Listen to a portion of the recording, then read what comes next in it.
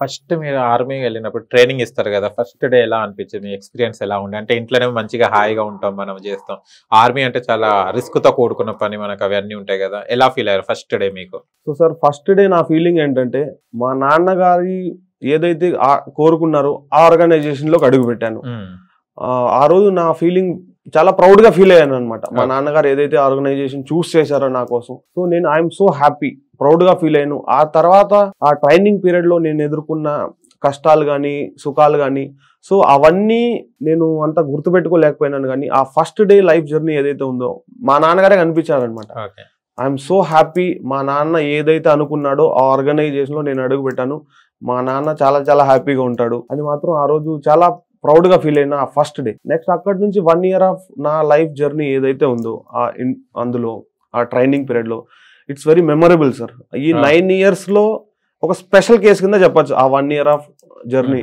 అంటే 10 మందితో కలిసి కష్టాన్నైనా పంచుకుంటే సుఖంగా ఉండొచ్చు అనేది నేను తెలుసుకున్నాను అక్కడ. సో 10 మందితో మేము 30 members ఆఫ్ టీమ్ మేము ట్రైనింగ్ చేసాం. ఆ 30 members ఆఫ్ టీంలో ట్రైనింగ్ చేసేటప్పుడు ప్రతి ఒక్కడు నేనేం చేస్తాను ఇంకొకడు అది ఖచ్చితంగా చేయాలి. కానీ మా టీం ఎలా చేసామంటే కష్టాన్నైనా నవ్వుకుంటూ సుఖంగా సంతోషంగా చేసినాం అనమాట. సో ఆ జర్నీ నేను నెక్స్ట్ 8 yearsలో అంత హ్యాపీ లైఫ్ జర్నీ నేను చూడలేకపోయినా, కానీ ఆ 1 year ట్రైనింగ్ జర్నీ ఎంత కష్టమైనా ఇష్టంగా మేము అనుభవించాం. ఇష్టంగా సక్సెస్ఫుల్గా 1 year ట్రైనింగ్ కంప్లీట్ చేసి నెక్స్ట్ మేము యూనిట్స్కి పోస్టింగ్ అయ్యాం సార్. ఓకే. ఆ ట్రైనింగ్ పీరియడ్లో చాలా వరకు మనకు రన్నింగ్ చేపిస్తుంటారు, రకరకాల. అంటే మేము ఇప్పట్లో చూస్తున్నాం, మెడికల్ టెస్ట్ కూడా ఎలా ఉంటుందో చూస్తుంటాం. చాలా దారుణంగా, అంటే చాలా గట్స్ ఉండాలి కదా అవి చేయాలంటే. ఎలా మీరు ఫేస్ చేసేది అప్పుడు? సో సార్ గట్స్ ఏంటంటే మనం ఏదైనా మనం ఫేస్ చేయాలంటే ఫస్ట్ మెంటల్గా ఫిక్స్ అవ్వాలి ఏం చేయాలనుకున్నా. సో అలా నేను ఏ రోజు కానీ ఫిజికల్గా ఏమో ఓకే, నాకే ప్రాబ్లం లేదు, మెంటల్గా నన్ను నేను మోటివేట్ చేసుకునేవాడిని అన్నమాట. సెల్ఫ్ మోటివేటెడ్ అయ్యేవాడిని. ఏ సిచ్యువేషన్ వచ్చినా ప్రాణం అయితే పోలేదు కదా, ఎక్స్పీరియన్స్ అయితే వస్తుంది 100%. సో కాబట్టి నేను ఎలాంటి సిచ్యువేషన్ అయినా నా ఫ్రంట్ నా ముందు వస్తే నేను 100% ధైర్యంగా ఫేస్ చేసేవాడిని. ఏమవుతుంది అవుతుంది, లేదా ఎక్స్పీరియన్స్ వస్తుంది, ఈ మెంటాలిటీతో ఉండేవాడిని. సో సెల్ఫ్ మోటివేటెడ్గా ఉండేవాడిని. అది ఫిజికల్ ట్రైనింగ్ కానీ అని వెపన్స్ ట్రైనింగ్ కానీ ఏ ట్రైనింగ్లోనైనా నన్ను నేను మోటివేట్ చేసుకుంటా. విత్ కంపారిజన్ ఏదైతే ఉందో నేను కంపేర్ చేసుకునేవాడిని కాదు. సో వాడు అలా చేశాడు, వీడు ఇలా చేశాడు, సో నేను ఎందుకు చేయలేకపోయినాను, నేను అలా కంపేర్ చేసుకోను.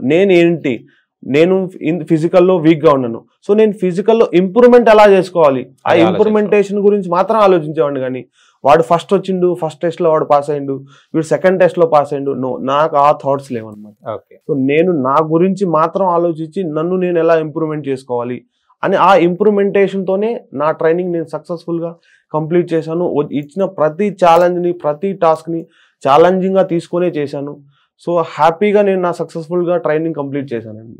ఎన్ని ఛాలెంజెస్ అన్నీ ఫేస్ చేసి సక్సెస్ఫుల్గా కంప్లీట్ చేశాను ట్రైనింగ్. మీ సక్సెస్ఫుల్ ట్రైనింగ్లో మీరేం అర్థం చేసుకున్నారంటే, ఒక ఇండియన్ ఆర్మీలో మనం సూటబుల్గా కావాలంటే, సెట్ కావాలంటే, ఒక సోల్జర్గా మారాలంటే ఏం క్వాలిటీస్ ఉండాలి? సో యాజ్ ఏ సోల్జర్గా మారాలంటే ప్రతి వ్యక్తికి టైం డిసిప్లిన్ కావాలండి. Okay. Time punctuality, time discipline ఉండాలి, ప్రాపర్ డ్రెస్సింగ్ సెన్స్ నేర్చుకోవాలా. యాజ్ ఏ సోల్జర్గా మీరు ముందుకు లైఫ్ కంటిన్యూ చేయాలన్నా సివిలైజేషన్లో మీరు ఎలాగైనా ఉండొచ్చు, కానీ ఒక ఇండియన్ ఆర్మీలో వర్క్ చేయాలంటే ప్రాపర్ డ్రెస్లో ఉండాలా, ప్రాపర్ టైం పంక్చువాలిటీ మెయింటైన్ చేయాలా, రిస్క్ టేకింగ్ ఎబిలిటీ ఉండాలా. ప్రతి సోల్జర్కి రిస్క్ తీసుకునే కెపాసిటీ ఉండాలా. Patience very very important. ఎంత పేషెన్స్గా మనం ఒక సిచ్యువేషన్ హ్యాండిల్ చేయగలుగుతామో ఆ సోల్జర్ లైఫ్లో చాలా ముందుకు వెళ్ళగలుగుతాడు అన్నమాట. ఆ పేషెన్స్ ఉండాలా. మనం ఎలా మెయింటైన్ చేస్తాన్నాం అనే మనం కంట్రోల్ కూడా మన చేతిలో ఉండాలన్నమాట. మనం ఏ సిచ్యువేషన్లో ఏ డెసిషన్ తీసుకుంటున్నాం, ఏ సిచ్యువేషన్లో మనం ఎలా ప్రవర్తిస్తాన్నాం. సో ఆర్మీలో ఏంటంటే సుపీరియర్ ఏం చెప్తాడో అది ఫైనల్ వర్డ్.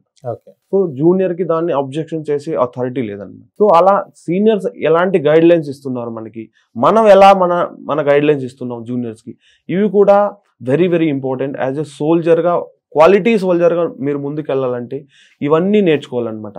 ఒక సివిల్ ఆర్గనైజేషన్లో పెరిగిన వ్యక్తి వన్స్ ఇండియన్ ఆర్మీలోకి ఎంటర్ అయ్యి నెక్స్ట్ సివిల్ ఆర్గనైజేషన్లోకి వెళ్ళాడంటే 100% ట్రాన్స్ఫర్మేషన్ లైఫ్తోనే వెళ్తాడనమాట. సో ఎందుకు నేను ఆర్మీలోకి రాకముందు నా లైఫ్ స్టైల్ జర్నీ వేరే, వన్స్ ఆర్మీలోకి వచ్చినాక నా లైఫ్ స్టైల్, నా జర్నీ వేరే. ఇప్పుడు నేను సివిలైజేషన్లో వన్స్ ఆర్మీని వదిలి సివిలైజేషన్ లో ఇప్పుడు నేను బతుకుతున్న నా లైఫ్ స్టైల్, నా జర్నీ వేరే అనమాట. 3 టైప్స్ నా లైఫ్ పార్ట్స్ 3 అనమాట. వన్స్ బిఫోర్ ఆర్మీలో జాయిన్ అవ్వక ముందు, ఆర్మీలో ఉన్నప్పుడు, ఆర్మీ తర్వాత. సో అలా లైఫ్ ట్రాన్స్ఫర్మేషన్ లైవ్ గా చూసే ఏదైనా ఒక ఆర్గనైజేషన్ ఉందంటే ఆర్మీ. సో సిస్టమేటిక్ లైఫ్ ఉంటుంది ఆర్మీ లోపల. సో ప్రతి సోల్జరు టైం పంచువాలిటీ మెయింటైన్ చేస్తాడు, ప్రతి సోల్జరు డ్రెస్సింగ్ సెన్స్ మెయింటైన్ చేస్తాడు, ప్రతి సోల్జరు ఇచ్చిన మాట మీద కట్టుబడి ఉంటాడు, ప్రతి సోల్జరు రిస్క్ టేకింగ్ ఎబిలిటీ ఉంటాడు, ప్రతి సోల్జరు 99% పేషెన్స్ తో ఉంటాడు అనమాట. సో ఇన్ని హ్యాబిట్స్ ఉంటేనే ఒక సక్సెస్ఫుల్ సోల్జర్ గా బోర్డర్స్ లో మనం హ్యాపీగా డ్యూటీ చేసుకుంటా మన విధులను మన కర్తవ్యాలను మనం ప్రాపర్ గా నిర్వర్తించవచ్చు సార్.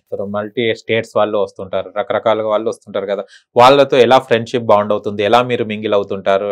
అదర్ స్టేట్ నుంచి కూడా వస్తుంటారు కదా, మనకు భాష రాదు ఒక్కొక్కసారి, వాళ్ళ భాష మనకు అర్థం కాదు, వాళ్ళ ఫుడ్ హ్యాబిట్స్ డిఫరెంట్ ఉంటాయి, మీరు అవన్నీ ఎలా అలవాటు చేసుకున్నారు? సో సార్ ఇక్కడ ఏంటంటే ఒక బ్యూటిఫుల్ థింగ్ ఏంటంటే, మనం ఒక స్టేట్ వాళ్ళమైతే ఆ స్టేట్ లో డివైడేషన్ చేస్తాం. నువ్వు ఏ డిస్ట్రిక్ట్ వాడివి, నువ్వు ఏ ఊరోడు, నువ్వు ఏ మండలానికి చెందినవాడు, అలా డివైడేషన్ చేస్తాం. సో వన్స్ ఒక అవుట్ ఆఫ్ కంట్రీ వెళ్ళామంటే అక్కడ నువ్వు ఏ కంట్రీ వాడు, నువ్వు ఏ కంట్రీ వాడు అని ఈ డివైడేషన్ ఉంటుంది. కానీ వన్స్ ఇండియన్ ఆర్మీలో ఎలాంటి సిస్టమ్ ఉంటుందంటే, ఏ స్టేట్ అయినా కానీ వన్స్ మనతో వచ్చాడంటే నా పక్కన ఎవరైతే ఉన్నారో వాళ్ళే నాకు నా తల్లి, తండ్రి, గురువు, దైవం అన్ని వాళ్ళే.